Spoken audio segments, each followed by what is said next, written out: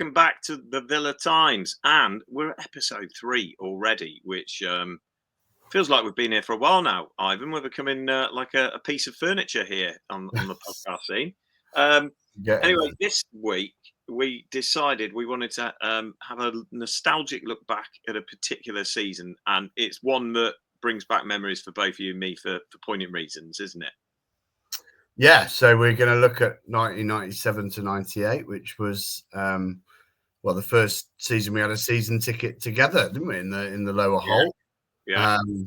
It feels a long time ago. It makes me feel pretty old to look back, and you think, we're now taking our own children to Villa Park. But yeah, it was it was a really important season, I guess, for us personally, wasn't it? A few adventures with people that we sat next to in the Holt, getting lifts in vans at the M5 and things like that.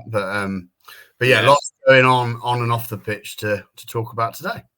Yeah, taught us a lot. What were we, 16 years old at that time? So we were having to kind of work out how to get to games and using the train or getting lifts.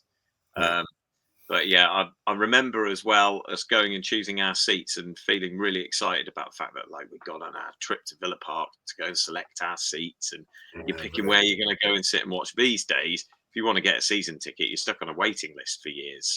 So you forget how lucky you were at the time. But yeah, I remember it being a really exciting moment as well because of what was going on during that summer with a big signing coming in, and we were going to start on signings, weren't we? Because there weren't many. But there was one significant one. Stanley Victor Collymore. So yeah, that was the big incoming over the summer, wasn't it? And I think my memory is that everyone was pretty excited about that. I mean, he'd had some really great moments at Liverpool, hadn't he? And everyone remembers those iconic games against Newcastle, the 4-3 where he scored the winner. And I think it was, it's always a bit interesting that Liverpool were prepared to let him go. Because I think there'd been a little bit of inconsistency and some few personal issues as well, wasn't there? But it felt right that he was coming to Villa because obviously he's a Villa fan. He was sat a couple of rows from me at Wembley, in fact, for the semi-final.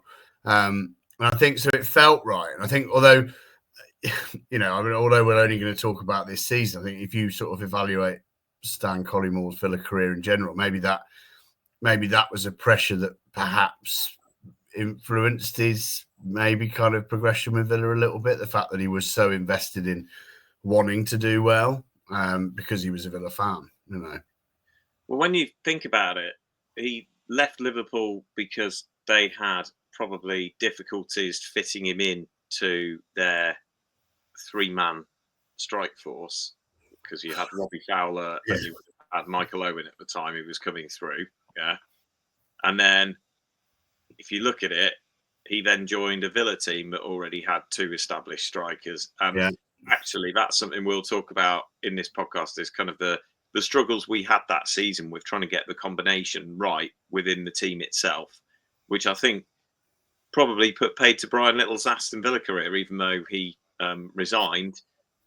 Things were quite precarious for a while. So, but just before we get to there, I think, the Collymore signing is probably up there in the top kind of 5 exciting Villa signings for me. I remember Match Magazine having a double poster pull out when he had the new kit and he was holding the scarf up like this, and there were photos of him with Brian Little, and it just felt like we were going on an upward trajectory, signing one of the best players in English football. And if Stan, you're listening, you'll always be a player that I thought could have been at the very, very top of the game, and for a time you were. But I do feel that Collymore could have taken Villa to a different level. And look, we all know there were other things that it turned out were going on at the same time. And isn't it a shame that he isn't a player that has played in the current era? Because I think the support for footballers now is so much better. We probably would have really seen the true best of Stan Collymore in this era. Absolutely, and I would echo that. So yeah, it was a really exciting one. And I think it felt because 96, 97 hadn't been great, had it? Like it was, we hadn't done very well. hadn't done very well in the cups. We finished fifth. Europe by Helsingborg, which having won the League Cup and got in 96 to get that UEFA Cup place. I think it was 96, 97 was pretty disappointing, wasn't it? So therefore, the kind of marquee signing of Collymore was, right, well, this could potentially take us to that kind of next level, because we did have goal scorers. Dwight York was on fire. Savo Milosevic, but absolutely contributed. So it was, though, I think, seen as that, right, where can we go? This is the moment, because the season before, as you say, we wouldn't have made many changes for that season from memory. Was that the season we signed Sasa Churchill? Sasa Churchill, yeah.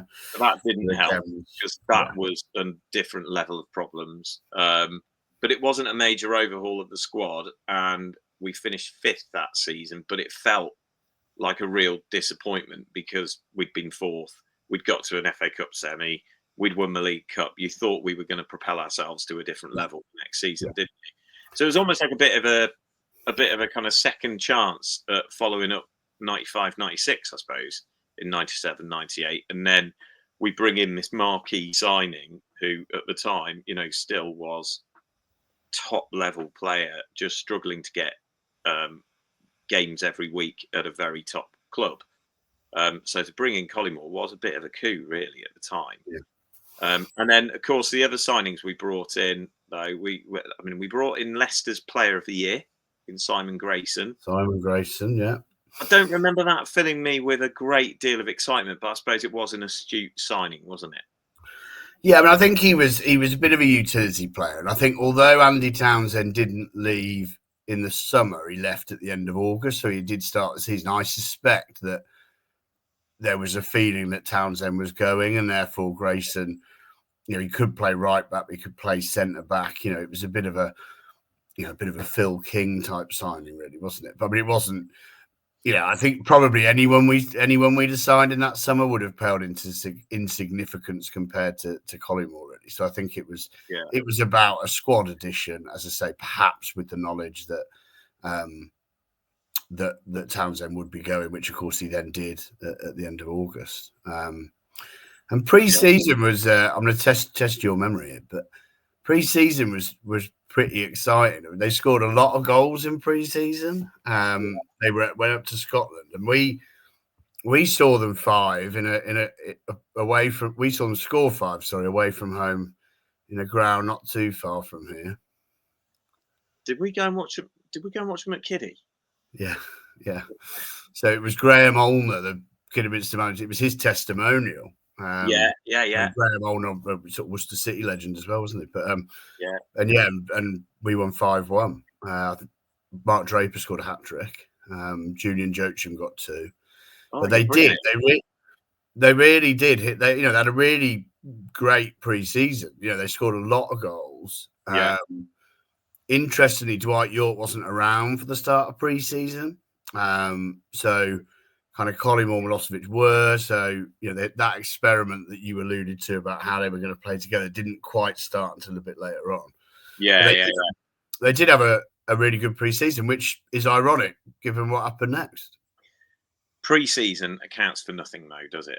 In football, that's the thing. As Aston Villa's 1997 to 98 season testifies. Yeah. Now I remember the first. So there we are, really excited about having our season tickets, and sadly, you couldn't make the first game, which was the Blackburn game.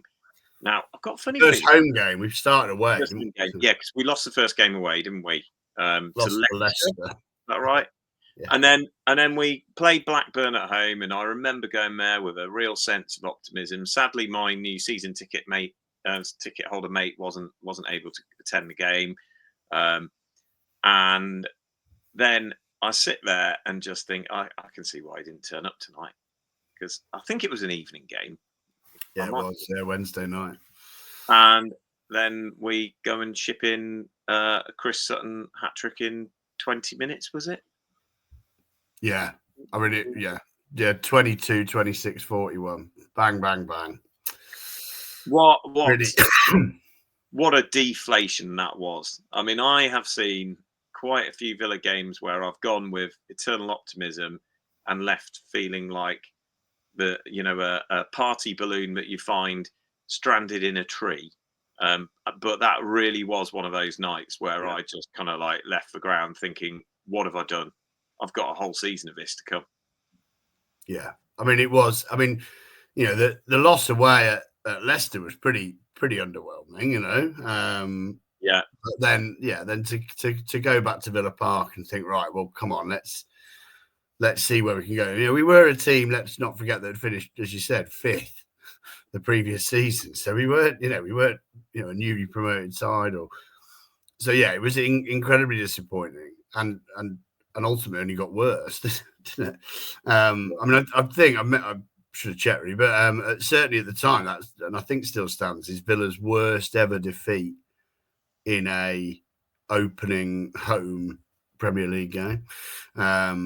Because it was just you just wouldn't have expected them to turn up and just turn us over. And again, we played 2 games. We've got this brand new marquee signing to join our existing strike force. All 3 of York, Milosevic, Collymore started both of those games. Obviously, not a single goal between them. The Blackburn game, I think Savo got taken off at half time, which I think was probably trying something a little bit different, which didn't work either because Joachim came on. But yeah, I think that it was the beginning of this idea that actually this front 3, like, how is this going to work? And well, clearly in those first 2 games, it didn't, did it? Well, as I say, it didn't get any better, did it? No, if you were analysing at the time, I think you've already hit the nail on the head of what the issue was, which is that Dwight York wasn't around in the summer, and then he came back to have to be fit into a team that already had Collymore and Milosevic starting to fire. So I think it was a team trying to find its feet. And while we just talk about Blackburn, so we're not going all chronological. Is this the season that we also got walloped away by Blackburn as well? Which did we not ship 5 goals in at Blackburn? Yeah, we lost 5-0 away. Yeah, as well. Wasn't that when Savo got a bit angry with the fans? Correct. Yeah, it's good. Yeah, good knowledge. This, of course, was Savo's last season, wasn't it? He left in the 90s. And then he went on to be an absolute goal machine. Yeah. In Spain, I think it was Zaragoza, was it? He was an absolute freak of a goal scorer. But and for Yugoslavia and various iterations of them, wasn't he, at World Cups? And he did. And I think it maybe was about environment, wasn't it? And I think that I would put him down as a cult hero, Savo Milosevic. But that's and we'll always have that goal in the 96. Always remember him arriving with his bandana. I will admit I did have a Savo bandana. Don't ask me why. But although I don't know, I think there was always an idea that he was going to wear it, wasn't it, on the pitch? But I don't think he was allowed, was he? I think the league. So and I'm not sure he'd ever. I seem to remember sort of Doug Ellis possibly wanting to sell a lot of bandanas. So I bought one, Doug. Forging that idea that he was going to wear this, but I don't think he'd actually, as far as I can remember, he never wore one like previously. I don't think he'd had a head injury at one point and wore it for a game, in Yugoslavia. But anyway, he basically borrowed his mum's headscarf once. Bandana or not, he still didn't score in the next 2 games. So Villa then lost to Newcastle, didn't they? And then lost to Spurs. Yeah. So at least in the Spurs game, York and Collymore both scored. So Villa's first goals of the season and a 3-2 loss. But that was there was one more game to come in August. But as a start, that first 4 games to lose all 4, I mean that is absolutely up there in the worst starts Villa have ever had in a top flight season. And it was so disappointing, wasn't it? Yeah, I mean, if you look at for example, if you just go and look at the set of results on one big list, you will see there is just if you look at patterns, it's just interesting because you get Villa losing the first 4 games, then they go and win 3 in a row, and then it's just patchy.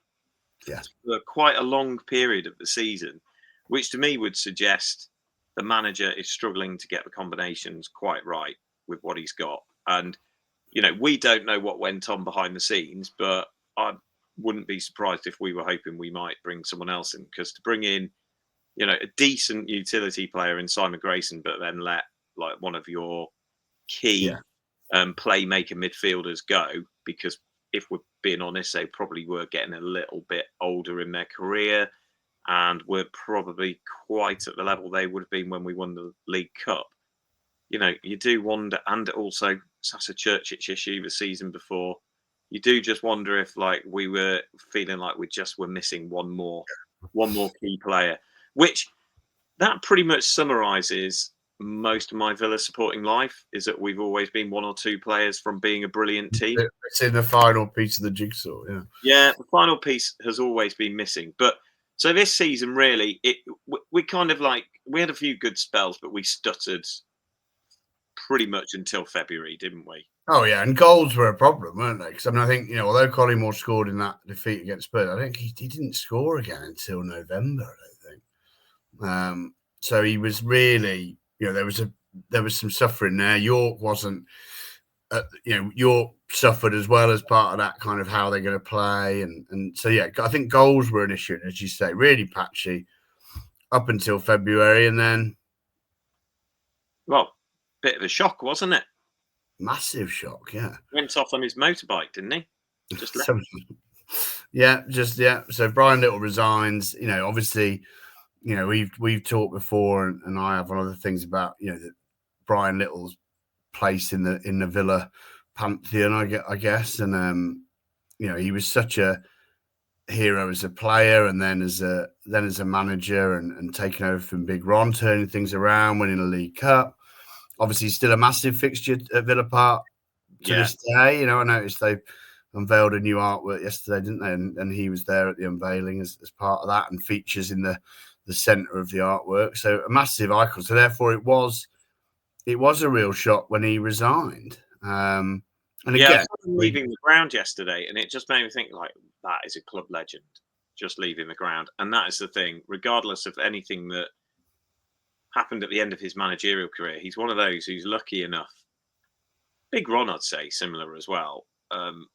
Lucky enough to be able to leave the club, probably looking back around the right time, but people still miss you when you're gone. So people wanted him to succeed as a manager. They wanted that to be turned around. They didn't want him to go. It was a shock when he left, even though we weren't performing well. No, there wasn't a particular ill feeling, was there, about the David O'Leary days, where fans were almost kind of sort of chasing him out of the ground. But there wasn't, was there? And I think therefore it was a shock. And well, probably what happened next was equally a shock. I mean, I remember there was all sorts of grand talk of Ruud Gullit for a while, which obviously was, I think, pie in the sky. And then we were reacquainted with John Gregory. Yeah, and I remember I was listening to the Under the Cost podcast. They did a really good interview with John, and he talked about like how he couldn't sleep when he got offered the job. Like he thought it was a bit of a wind up. It really was a surprise, because although he'd been the assistant manager under Brian Little when we were having more success. Yeah, won that League Cup with Little. Again, you can question, was that a missing piece of the jigsaw as well, that John wasn't there supporting Brian anymore? Who knows? Yeah. But I think he wanted his own. He wanted his own team, didn't he? Which obviously Wickham gave him that opportunity. But he took a pretty big step down, didn't he, to do it? But then he was doing pretty well with Wickham, and then comes into a big club like Villa though as the manager. I mean, that must have been a massive eye opener for him. Yeah. Absolutely. Although again, he, I think because he knew the club, and not only as an assistant manager, but as obviously he played for Villa as well. And I think that that must have helped to a point. And I think that Gregory is he's a confident man, and he has a lot of confidence in his own ability. And I've seen him at various events, and he whips out his guitar and starts playing Bruce Springsteen. So I mean he has pretty good faith in his own ability, and I think that's probably why, combined with the fact that he'd played for Villa, he'd managed a lot of the squad really as an assistant, so I think that was to his advantage, and that probably allowed him to hit the ground running, which they did, didn't they? When he turned up, how did you feel about that? Bearing in mind we were going for someone like Hullett, allegedly in the papers, and then we ended up with John Gregory, who was the manager of Wycombe at the time, regardless of his Yeah, I mean, feelings. I think it's difficult in hindsight, isn't it? Because ultimately, I don't remember. I was too young. I think that for me, though, I would imagine or hope that maybe I was kind of fairly accepting the idea because of his links to the club. Because actually, we'd gone through a series of managers that had that, and obviously Little had that. Ron Atkinson had that. Ron Atkinson was a schoolboy footballer at Villa. He knew the area. So I think that that it probably didn't bother me, and I think that the idea that it was going to be about a proof of what happened. If the results improved, then great. And because they did, it was all okay, wasn't it? I guess so. It was probably a gamble in that sense because he was untested as a full-time manager of a top flight club. But as I say, I think like his confidence and really strong self-belief in who John Gregory is I'm sure was probably a real help.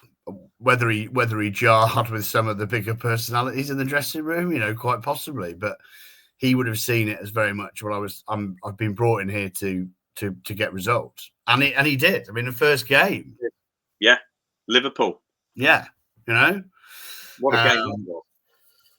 It was, and it was phenomenal. And I'm just, and I think, that is so important for new managers, isn't it? In front of your home crowd, and to get a performance out of Collymore that probably we hadn't seen, he scored both goals, didn't he?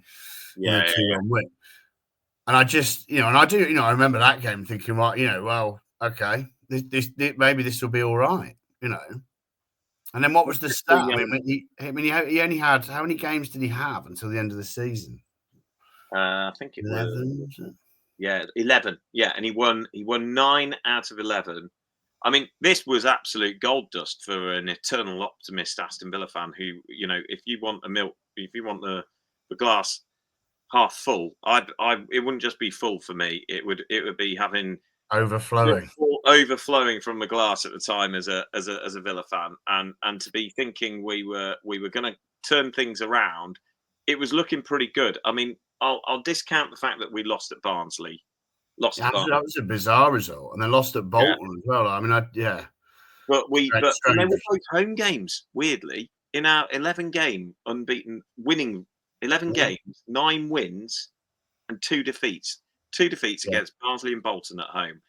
But it was a fantastic run, wasn't it? Because it took us from 14th, 15th when Little left to finishing 7th in the league, and I think that in the UEFA Cup through the Fair Play League, I believe it was. Yeah, so another season of European football, and we played with a verve. I mean, ironically, Collymore didn't score again till after his brace against Liverpool in Gregory's first game. But we did. We scored a lot of goals. Milosevic was contributing. Jim York. So it was and again, I think Gregory's self-belief in himself extended to what we began to see on the pitch. No more encapsulated, kind of jumping right towards the end of the league season when Dwight York's Pinenka penalty in front of the Holt end against Arsenal, which I just thought, is a kind of neat summing up really of what maybe Gregory had instilled in the team of actually, well, you know what, you're a big side, you're good players, and you need to be getting out there and showing people, which I think they did. And it was a phenomenal run at the end of the season. It really was, and he did have a bit of a knack of doing that, because if you fast forward to 99-2000 when we went on that unbelievable run and we were top of the league at Christmas, when things were going right with John Gregory, they really, really did go right. It's just a shame we couldn't put 2 of these spells together and actually end up with something a bit more to show all of the hard effort. But the other thing, of course, that season that we really need to talk about before we come to the end of this episode is Europe, because there's been many times in my Villa supporting time we've been underwhelming in Europe. I'd say the last 2 seasons have been a joy under Unai, even though we've not ended up with a trophy. to just be on a run means so much. And this was a season where we went on a run, and it just felt like it was a different season going on in tandem with what was going on in the league. Well, yeah, I mean, particularly those first games, because obviously because Little was relatively struggling in the league. Yeah, to beat Bordeaux, Athletic Club, and Steaua Bucharest, to progress through to a quarter final was phenomenal, wasn't it? And I think that actually that three striker kind of model worked a little bit better, didn't it? In European games, in the sense that perhaps particularly that they could be a little bit more fluid the way that teams defended.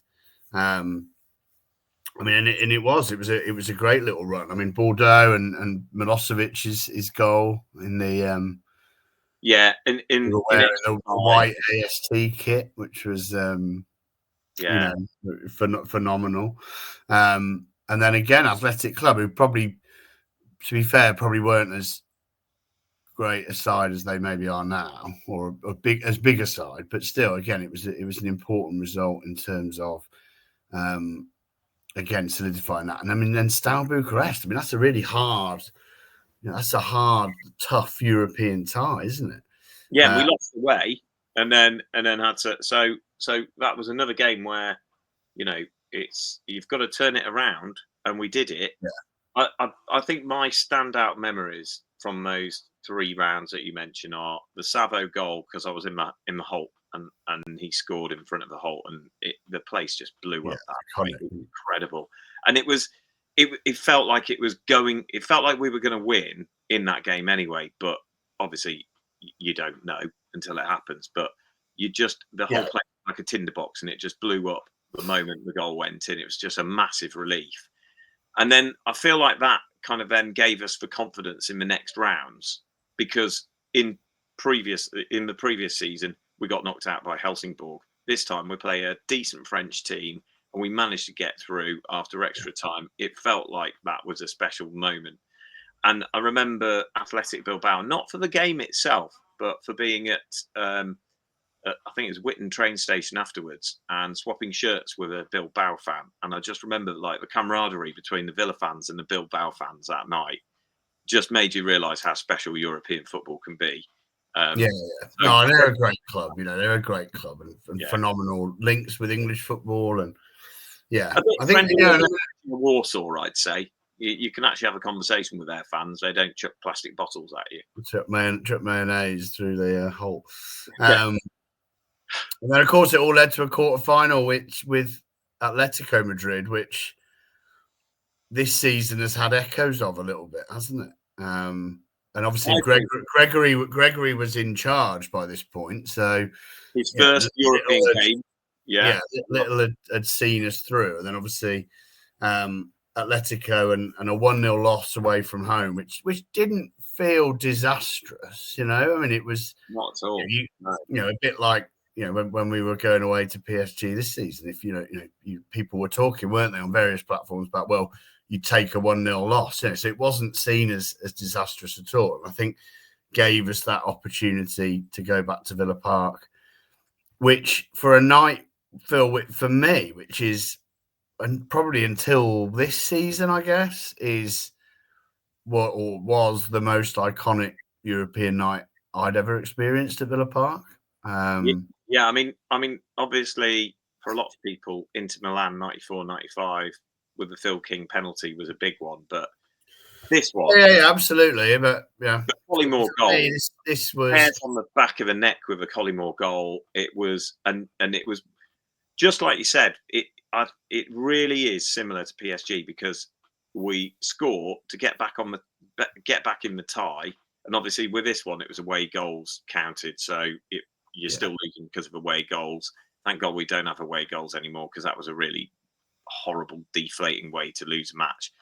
But just when the goal went in from Collymore, you just thought, we're going to do this, and this is going to be a magical night. And again, it's probably in there as one of my top 3 atmospheres at Villa Park. That night, phenomenal. I mean, like you say, right. Let's not forget Ian Taylor's goal as well. But I mean, I think when Collymore, who hadn't started the game, I think he'd come on off the bench and was, it was phenomenal. And I think, and yes, I mean, obviously lots of people have different memory, but I just think that, to me, that was that feeling of disappointment, then going into a feeling of hope, was exactly then what happened with PSG this year, wasn't it? And I think that's what European football brings. And yeah, it was just a magical night. And we played in a white kit at home again, which white was kit a strange European rule at the time, wasn't it? Yeah, I think so. So looking back, then, I mean, and if anyone listening wants to share any memories of this season, if you've got any stories, please let us know, because we'll definitely mention them in future episodes. We really want to hear memories from other fans. Can't say that enough. And if anyone's got any suggestions for us to talk about any other kind of moments over the last 20, 25, 30 years of supporting Villa, please do let us know. But I think, summing up the season, a bad first half to the season, a nice spell to end our first year as season ticket holders with that winning run. But really, the thing that will stick in my memory forevermore, apart from losing 4-0 to Blackburn the first time I turned up in the whole end on my own, is the European nights. And they just left me personally, and I don't know what your thoughts are on this, but with a real appetite for more. And now, that's why it's so relatable to the current era, because that was the one time I believed we might go all the way, and I genuinely now feel like that again. Yeah, and I think you're right. It was a very up and down season, but one that ultimately finished on a relatively high in the league. And we will always have those European memories, and I think that, as a new generation of fans are experiencing now under Emery, is that European football is just so important, isn't it? What's the old saying? It's a hope that kills you. I think this is probably a great example of a season where it's the hope that kills you. It's a proper roller coaster of a season. You're thinking you're going to do something magical at the start of it. You end up with nothing at the end, but you're not entirely disappointed, and you're ready to come back the next season. Classic Villa supporting life, isn't it? There we go. Yeah. Right. Well, I'll finish being philosophical there. But to anyone watching or listening, thank you very much. We really value your support. And please just get in touch if there's anything you'd like us to talk about, if you can contribute in any way. We're just here sharing a few memories, and we really want you to get involved with this podcast. So thanks for listening. Yeah. Thanks, guys. Up the Villa. Up the Villa.